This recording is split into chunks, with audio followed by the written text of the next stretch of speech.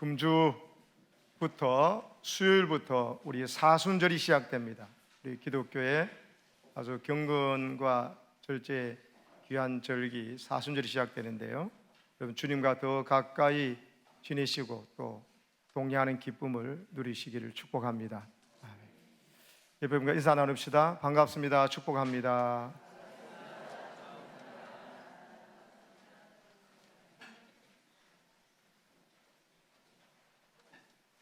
오늘 말씀 제목을 함께 읽겠습니다. 시작.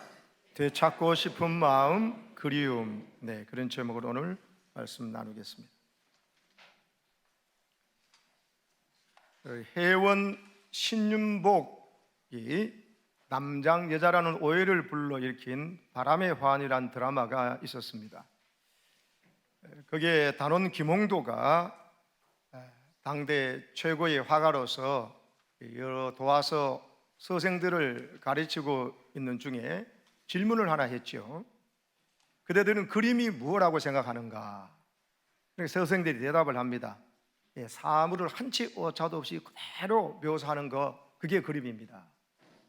어떤 서생은 멀고 가까운 것을 분별하는 것이 그림입니다.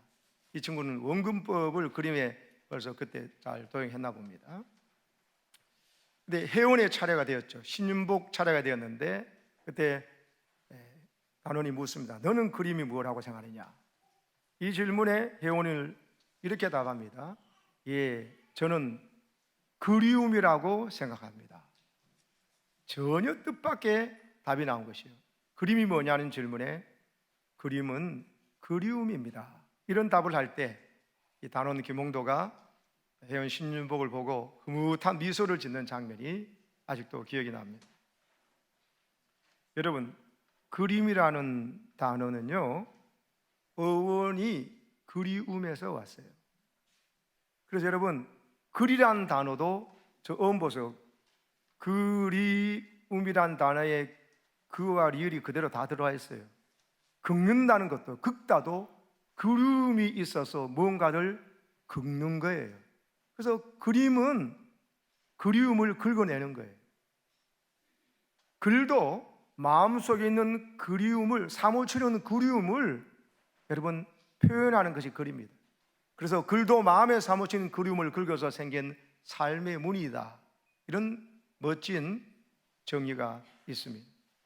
그래서 긁는다, 그래서 뭔가를 글적인다, 그래서 그림을 그린다, 글을 쓴다, 시를 쓴다, 이 모든 것은 그리움에서 파생하는 행동들입니다. 여러분, 멋진 시를 읽을 때 우리의 마음이 편안해집니다. 회복이 되어집니다. 그리고 멋진 그림들을 보면서도 그 그림 현장에 와 있는 것 같은 느낌이 들면서 마음이 여러분 정리가 됩니다. 감동이 생깁니다. 좋은 글을 읽었을 때 우리의 마음에 막 설렘이 일어나고 그 글이 살아 움직이는 것을 느끼지 않습니까? 마음속에 있던, 원래 있었던 그 아름다운 그 장면이 내게 그리움으로 지금 찾아오기 때문에 일어나는 현상들입니다. 그래서 여러분, 나태주라고 하는 좋은 시인이 오늘 이 시대에 있지 않습니까? 그 사람이 이렇게 말했습니다. 사람의 능력 중에 가장 크고 좋은 능력이 뭐냐? 돈 버는 능력이 아니고요, 그리움의 능력이다. 한번 읽어봅시다. 시작. 사람의 능력 중에 가장 크고 좋은 능력은 그리움의 능력이다. 아름다운 것을 그리워하는 것, 여러분 소중한 것을 그리워하고 그것을 다시 회복하려고 하는 마음이 있기 때문에 열심히 애쓰고 노력하는 것이죠.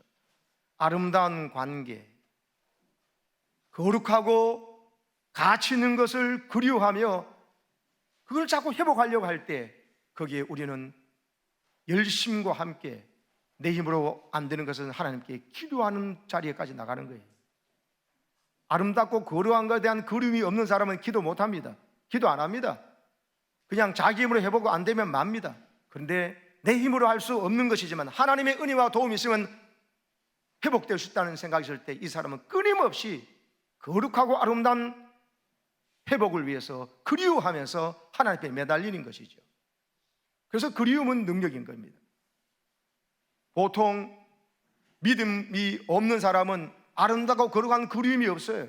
그냥 눈앞에 보이는 즐거움, 눈앞에 보이는 게 전부예요. 보이는 것 뒤에 있는 것을 보지 못합니다. 쉽게 말하면 여러분, 바다에 떠 있는 빙산이 있습니다.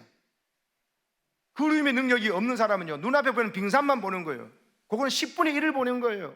바다 밑에 10분의 9가 감춰져 있다는 사실을 여러분 초등학생도 다 압니다. 그런데 삶의 현장에서 나타나는 내 눈에 보이는 현상과 사건들은 그것도 빙산의 일각처럼 10분의 1밖에 보이는 것이 아니라는 걸 알아야 보이지 않는 10분의 9에 대한 그리움을 가지고, 그것이 전체를 보는 눈을 가지고 살아갈 때 삶의 문제도 돌파할 수가 있고 난관도 뚫어나갈 수 있을 줄로 믿습니다. 내가 가지고 있는 내 눈에 보이는 능력이 그게 전부가 아니에요. 눈에 보이는 것은 빙산의 일각이라니까요.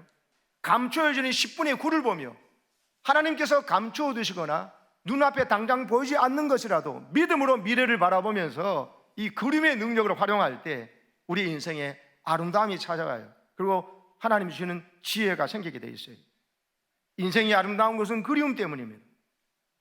여러분, 지금 당장 눈앞에 보이는 것으로 만족하세요? 아니에요. 우리는 앞에 있는 사람과도 나누었던 아름다운 소중한 추억을 갖고 있기 때문에 그런 그리움을 가지고 오늘도 살아가니까는 더 귀하게 보이고 하는 것이에요. 지금 당장의 조건과 환경만 보면 모두 다가 절망할 겁니다. 근데 아름다운 추억을 갖고 살아가기 때문에, 그래서 그거에 대한 회복과 더 성숙해진 미래를 하나님의 손 안에서 주실 거라는 믿음 때문에, 이 그리움 때문에 우리 인생이 아름다워집니다. 그래서 그리운 어머니, 그리운 아버지, 그리운 형제 자매들, 또 그리운 할머니 할아버지, 그리운 고향, 그리운 교회, 그리고 그리운 산과들, 그런 것들이 우리를 행복하게 하는 것입니다. 여러분, 추억과 기억의 차이점이 뭔지 아세요? 뭐가 추억이고 뭐가 기억입니까? 그리움이 있는 옛날을 추억이라 하고요,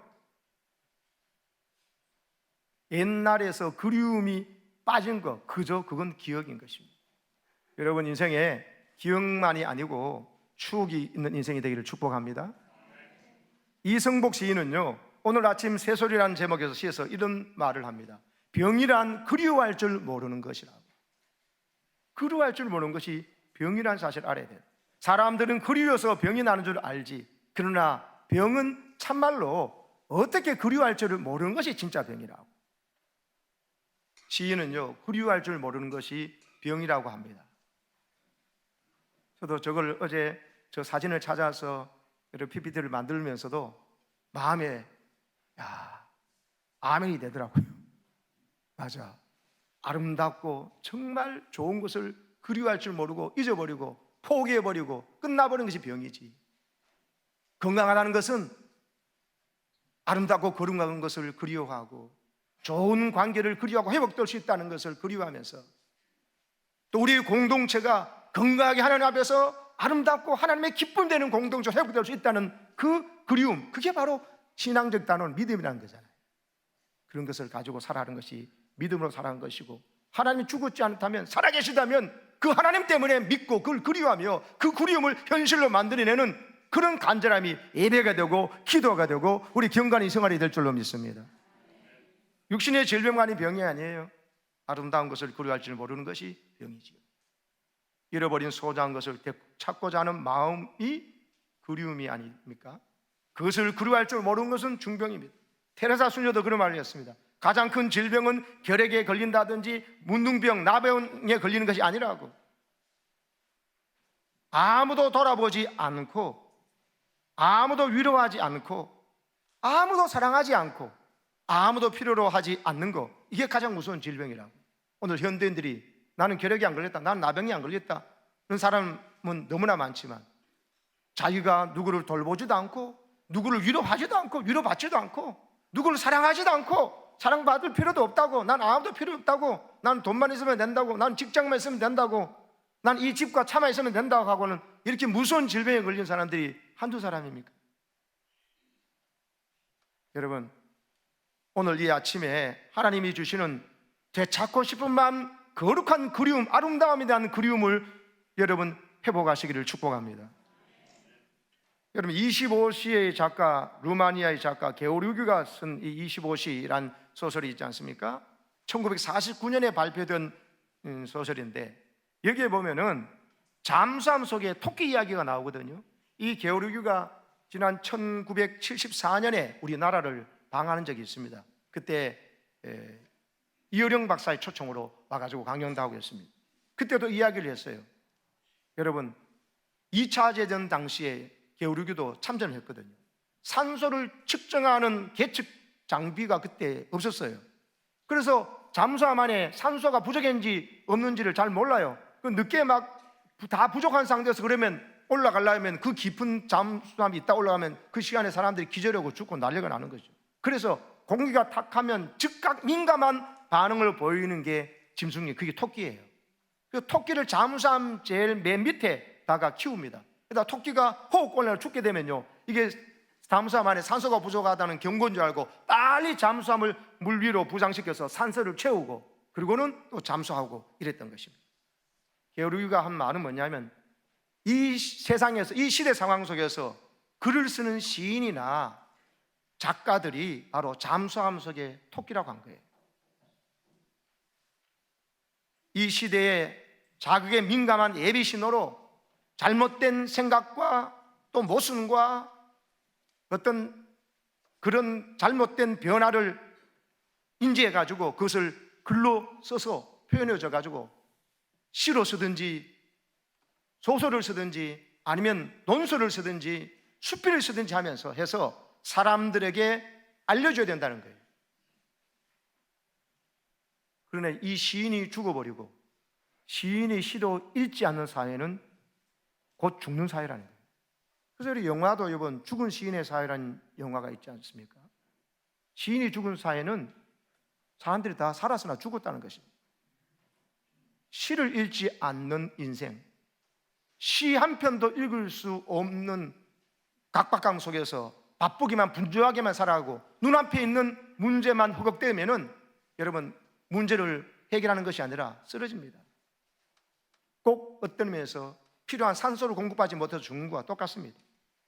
여러분 시가 없고 그림 하나, 여러분 아름다운 그림을 보지 못하는 여유, 그리고 아름다운 글을 읽고 그것을 마음속에 거룩한 양식으로, 아니 살아계신 하나님께서 내 생사를 주관하고 계시니 하나님의 말씀을 매일 아침마다 읽고 묵상하지 않고는 내가 어떻게 오늘 하루를 살려 하는 이런 마음 없이 시 한 편도, 그 위대한 하나님의 마음 합당했던 다윗의 시 한 구절 한 편도 읽지 못하고 묵상하지 못하고 살아간다면, 그렇다고 해서 오늘 이 시대에 정말 잠수함 속에 토끼 같은 사람들의, 거룩한 지성인들의 시 한 편이나 글 한 귀 읽지 못하고 살아간다면 아무 느낌 없는 플라스틱 인생인 것입니다.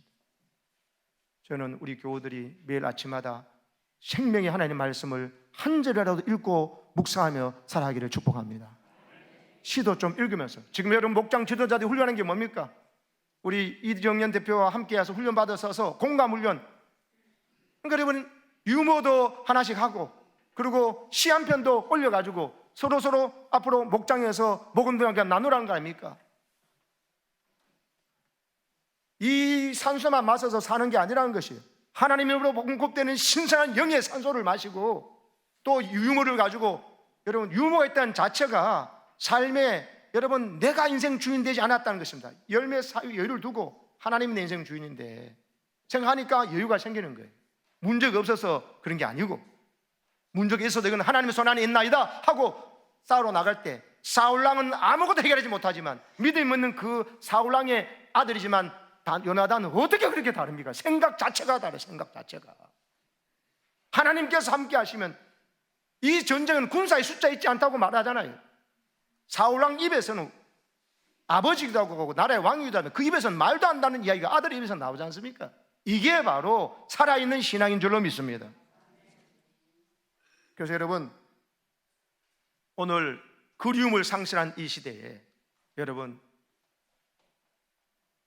아름답고 거룩한 것에 대한 그리움이 회복되기를 축복합니다. 가족을 만나는 것보다 스마트폰을 가까이 합니다. 가족을 가까이 하는 것보다 스마트폰을 더 가까이 해서 가족하고 대화하는 것을 10분 10분도 안 되는데 스마트폰하고는 1시간, 2시간, 3시간 조사해보면 청소년들은 청년들 7시간, 8시간 한다고 그러더만. 어른들은 요즘 뭐 종편이 하도 많아서 텔레비전 채널이 뭐 수백 개 아닙니까? 여기 돌렸다 저기 돌렸다 하면서 모두가 가족과는 대화는 없어지고 오히려 이 스마트폰과 미디어와 대화한다고, 그래서 가족 간의 따뜻한 대화, 그리움이 상실되어 버렸어요. 사람과의 만남보다도 SNS로 다 끝내버려요. 시간이 더 버는 걸 줄 모르겠지만 시간이 있다고 그러면 다른 걸 뭐 하느냐? 사람 그러면요, 사람을 만나서 사람의 온기를 느끼고 미소를 보고 눈빛을 보는 것이 아니고, 사람 만나가지고 사람 만나기 대신에 SNS를 통해서 정보를 취득하고, 여러분 스마트폰에서 얼마나 많은 정보를 합니까? 전철 안에서나 기차역에서 보면 모두 다 똑같이 각도도 똑같아요. 모든 사람이 이걸 하고 있지 않습니까? 제가 말씀드렸죠. 존 네이시가 쓴 이너프라고 하는 책 이야기예요. 거기에 런던 대학교 연구진의 결과, 정보과다가 대마초보다 더 심한 환각증세를 일으키셨다고. 지금 사람들이 너무 많은 정보를요 자기도 모르는 사이에 넘기고 보는 사이에 입력이 되기 때문에 환각증세가 대마초보다 난 환각증이 있어요. 그래서 결정을 못해요. 결정을. 정보 피로 증후군에 걸리고 정보 과다한 스트레스 때문에 뭔가 결정을 못 내린다니까요. 이럴까 저럴까 이렇게 가다가 결국은 가야 될 때는 안 가고 쓰잘데없는 쓰레기 같은 데 가서 시간 보내거나 사람 만나거나 해버리면서, 그러면서 또 내가 뭐 다른 걸 가지고 이래서 못 갔다고 거짓말을 하지요. 이게 하나님 앞에서도 그렇고, 여러분 경건의 능력을 상실해버리면요, 하나님을 그리워하는 마음이 없으면요 사람이 이리 돼버려요. 예배 드리러 수 있습니다. 친구 만나러 가는 게 더 많은 시간을 소비하고 더 힘든데도 친구 만나러 가지고 세상적으로 놀고 먹고 마시고 노는 것은 3시간, 4시간 하면서도 또 보자 하는데요, 예배는요 하나님에 대한 그리움을 상실했기 때문에 1시간 예배 드리는 것이 그렇게 힘들 수가 있는데, 여러분처럼 여러분 하나님에 대한 그리움이 가득해서 하나님 안 보고 내가 어떻게 살 수 있겠나, 이 마음 가지시고 주님의 성전으로 찾아와서 예배 드리시길 축복합니다. 살아온 세월만큼 그리움이 있는 많은 사람보다도 미워하는 사람들이 더 많은 사람도 있습니다. 그리움이라는 단어는 떠오르는 사람이 없고, 미워한 사람은 이놈 저놈 이놈 저놈 다 해서 그거 묵상하다 보면은 30분 1시간 훌떡 지나가 버려요. 그리움 하면은 하나님의 나를 얼마나 사랑하신다는 그, 나도 하나님을 만나고 싶고 부활하신 주님을 만나고, 또 여러분 성경 읽다 보니까 다윗을 정말 한번 만나보고 싶고, 요나단도 만나보고 싶습니다. 다니엘도 만나보고 싶고, 요셉도 만나보고 싶고, 바울을 만나고 싶은 마음이 빌보서 강의를 들으면서 막 생기는 이런 것 좀 있어야 되는데, 이놈도 도둑놈이고 저놈은 사기꾼이고 이놈은 아주 나한테 가슴에 대못을 박은 놈이고 이놈은 자식도 4배로 낳았지만 아이고 이렇게 왼수하는 왼수라 생각하고 신랑은 더욱더 왼수고, 이런 생각 갖고 사는 게 이게 실패 아니지. 마음속에 그리움을 대신 차지하는 것들이 너무 많아요. 세상적인 욕망과 세속적인 성공, 하나님 뺀 세속적으로 잘 되는 것, 명예를 얻고자 하는 욕심 때문에 쓸데없는 시간을 그렇게 많이 보내고, 돈에 대한 욕심 때문에 자기 건강이 망가져 무너진 줄도 모르고, 여러분 이런 그리움을 상실하는 이 시대에 여러분이 거룩한 그리움, 아름다운 그리움을 가진 사람이 되시기를 축복합니다. 그리움을 가진 사람이 복 있는 사람입니다. 추하고 더러운 것을 그리워하지 않고, 하나님이 더럽다는 것은 더럽게 여기고 하나님이 거룩하게 여긴 것을 거룩하게 여기면서, 오늘 말씀처럼요 하나님께서 내 안에 영혼을 사모하는, 영혼을 그리워하는 마음을 주신 줄 알고요 영원한 삶을 그리워하는 마음을 가지시기를 축복합니다. 11절 말씀 읽어보시기 바랍니다. 11절 시작. 하나님이 모든 것을 지으시되 때를 따라 아름답게 하셨고 또 사람들에게는 영혼을 사모하는 마음을 주셨느니라. 그러나 하나님이 하시는 일의 시종을 사람으로 측량할 수 없게 하셨도다. 하나님이 모든 것을 지으셨다고, 나도 지으시고 세상의 모든 것을 지으셨다고, 그리고 때를 따라 아름답게 하셨다. 적정한 때에 나를 이 땅에 태어나게 하시고, 나에게 때로는 따뜻한 햇빛도 맑은 날도 주시고 때로는 비 오는 날도 주셔요. 햇볕만 나면요 내 인생이 사막이 돼버려요. 그래서 비를 주시는 거예요. 태풍도 주셔야 됩니다. 태풍 안 오면요 우리 인간이 오염시키는 저 바다가 다 썩어버린대요. 인간이 또 잘못해가지고 막 기름 유출해가지고 있는 거예요. 태풍 와가지고 저걸 막 태풍은 지구 청소기를 돌리는 거래요. 태풍이 오지 않으면요 바다 다 썩어가지고 우리는 아무것도 먹지 못하고, 그리고 썩는 그 냄새 때문에 또 거기에 고기들이 다 죽어버리면 고등어 구이 좋아하시는 분은 어떻게 하려고 합니까? 네, 못 삽니다. 근데 여러분, 태풍이 있는 날도 하나님 주시고, 그러면서요 하나님 앞에서 우리가 처음과 마지막을, 시종이라는 것은 처음과 마지막을요, 그것을 하나님이 주장하셔가지고 우리로 어떻게 할 수 없게 만드셨다는 거예요. 다시 한번 띄워보세요. 11절 말씀을. 때를 따라 아름답게 하셔가지고, 그리고 그런데 하나님께서 이 처음과 마지막 그 모든 걸 측량할 수, 헤아릴 수 없게 만드셨어요. 하나님만 아셔도. 그러니까 어떻게 인간은 겸손해질 수밖에 없는 거예요. 하나님 앞에 내가 오늘 저녁에 부르시면 가야 되고, 내년에 부르시면 가야 되고, 10년 뒤에 부르시면 10년 뒤에 가는 거고, 30년 뒤에 부르시면 30년 뒤에 가는 건데, 내일 부르셔도 오늘 밤에 부르셔도 부르시면 가야 되는 거예요. 이걸 알아야 됩니다. 근데 중요한 거 보세요. 사람들에게 뭘 주셨다고요? 영혼을 사모하는 마음을 주셨다. 따라합시다. 영혼을 사모하는 마음. 영혼을 사모하는 마음이 무슨 말입니까? 영원히 살고 싶어하는 마음이에요. 사람이 죽는데 어떻게 영혼을? 원래 사람은 영원히 살도록 지음받은 존재예요. 하나님의 형상으로 지음받았거든요. 하나님과 함께 살도록 지음받았거든요. 그런데 인간이 하나님을 배신하고 하나님의 소리를 듣지 않고 마귀의 소리를 듣고 범죄함으로 하나님을 하나님 자리에서 끌어내리고, 내가 하나님 자리에 올라가라는 마귀의 유혹을 듣고, 네가 저 선악과 먹으면 하나님처럼 눈이 밝아진다, 그 소리 딱 듣고 죄를 범하고 하나님의 왕의 자리에, 주인 자리에 끌어내리고 내가 서는 그 자리 순간부터 우리가 에덴 동산을 쫓겨난 거거든요. 그렇게 사랑스러웠던 아내 보고, 너는 내 뼈 중에 뼈, 살 중에 살이 하던 그 아내 보고, 하나님이신 저 여자 때문에 내가 이래 됐다고 말하면서 하나님도 원망하고 사람도 원망하고, 여자도 뱀을 탓하고 원망하고, 자기 잘못을 인정하지 않는 이 아주 우스운 인간이 되어버리면서 서로 원수지간이 되어버렸어요. 가슴 떨리던 사이가 치가 떨리는 사이가 되어버렸어요. 뭡니까? 하나님과 함께 할 때 그 아름다움은, 죄가 없을 때는 그렇게 하나님과 기쁘고 서로 부부관계도 좋았다는 겁니다. 그런데 죄가 들어오고 난 다음부터 여러분 이것을 상실해버렸다는 거예요. 영혼을 사모하는 마음은 뭐냐면요, 하나님과 함께하는 그 삶을 그리워하는 거예요. 죄를 물리치고 죄가 치유되고 죄 사함 받고 죄가 완전히 해결되어 버리고, 죄의 대가인 죽음을 이란 걸 대가를 치러져 버리고, 이제는 죄에 대한 전혀 처벌에 대한 두려움 없이 여러분 하나님과 하나 되는 그리움이 영혼을 사모하는 마음입니다. 하나님과 함께 살고 싶은 마음, 이 마음 가지시기를 축복합니다. 이게 우리가 이루어졌잖아요. 내가 달려야 될 그 치러야 될 죄값을 내가 달려야 될 십자가에 예수님이 대신 달리셔가지고 죽으심으로 하나님께서 우리에 대한 자기의 사랑을 확증하시고요, 그리고 우리를 다시 회복시켜서 우리를 보고 싶다는 하나님의 그리움을 저 십자가로 나타내신 거예요. 그 십자가 때문에, 예수님 때문에 우리는 하나님을 그리워하는 것이 소원이 이루어지게 됐어요. 그 소원 이루는 현장이 오늘 이 자리인 것입니다. 하나님 우리를 그리워하셔서 먼저 와 계시고, 이 예배자 은혜 자리를 부르실 때 우리는 하나님에 대한 그리움을 가지고 왔을 때 이 예배 자리는 기적과 감동이 있는 자리가 되는 것입니다. 세상을 이길 힘이 생기는 것입니다. 아멘 아니십니까?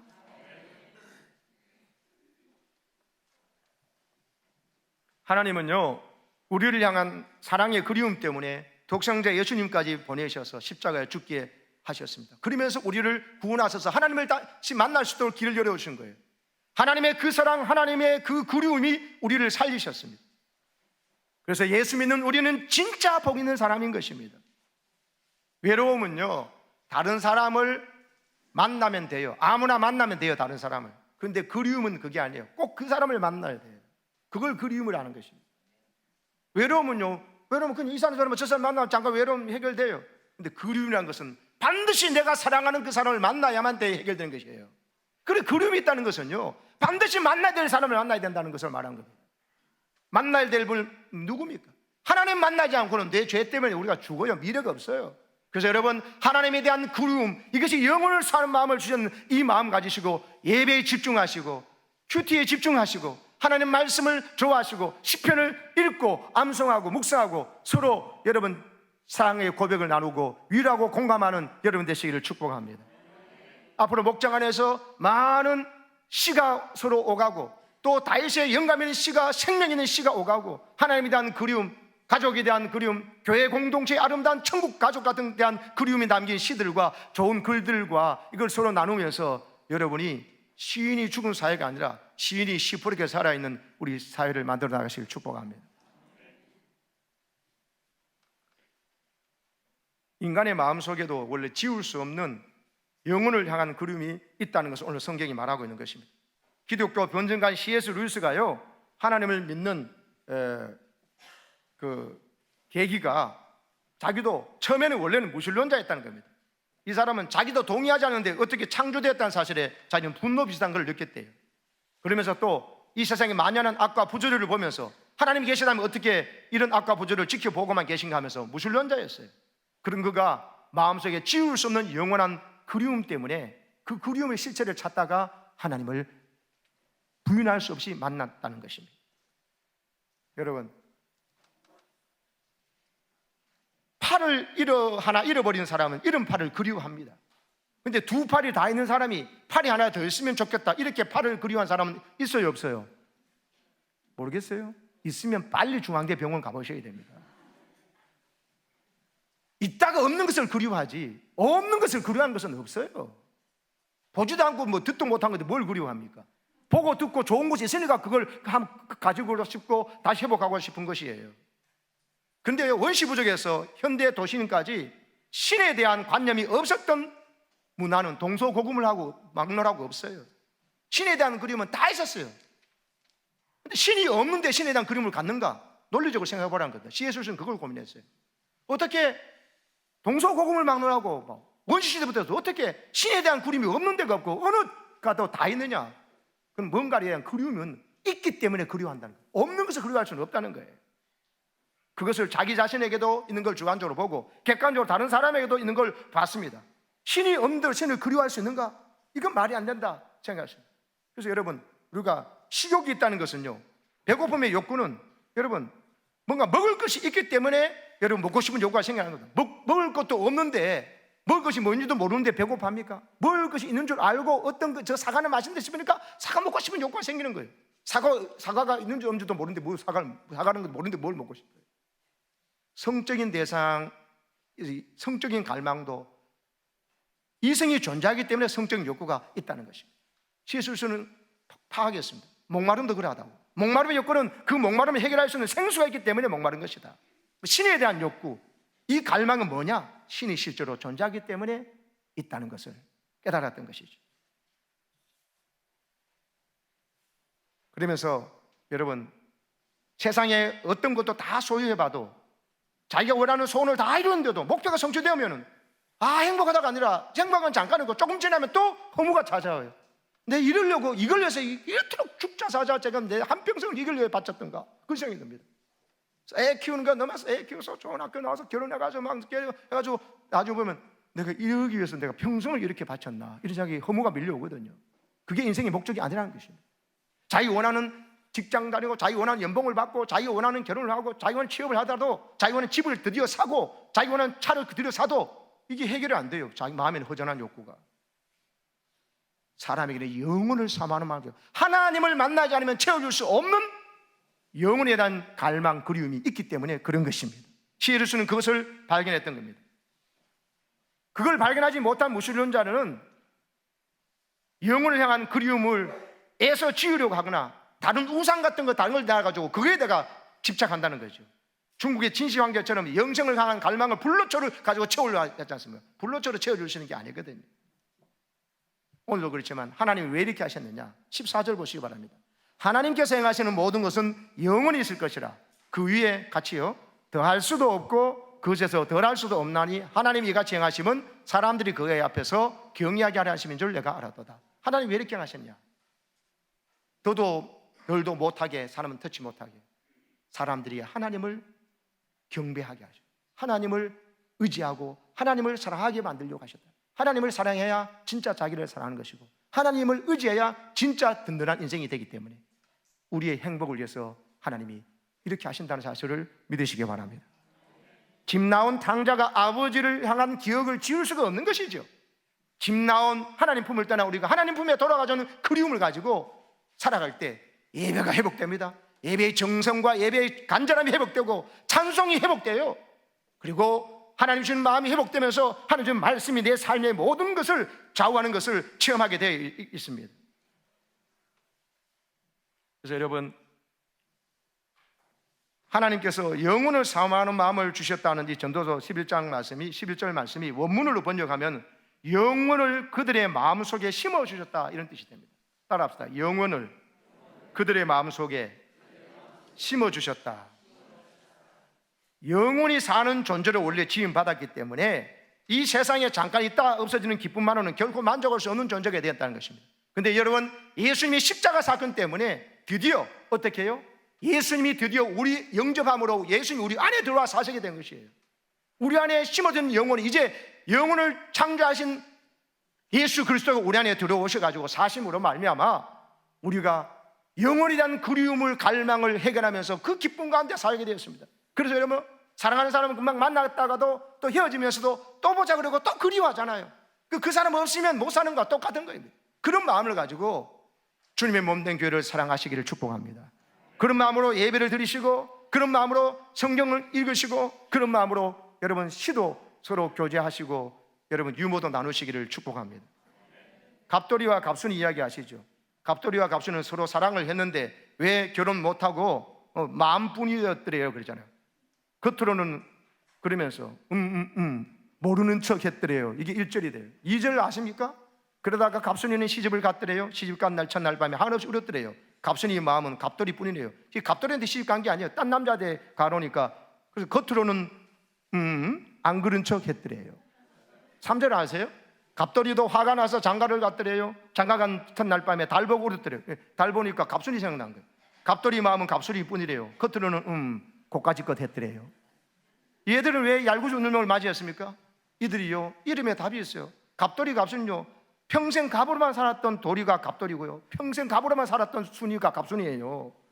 그러니까 서로, 여러분, 갑으로 살았던 이들은 서로 먼저 사랑한다고 고백하면 그건 지는 것이고, 그건 손해보려는 생각을 갖고 있는 성향이 MBTI를 갖고 있는 초녀 총각인 거예요.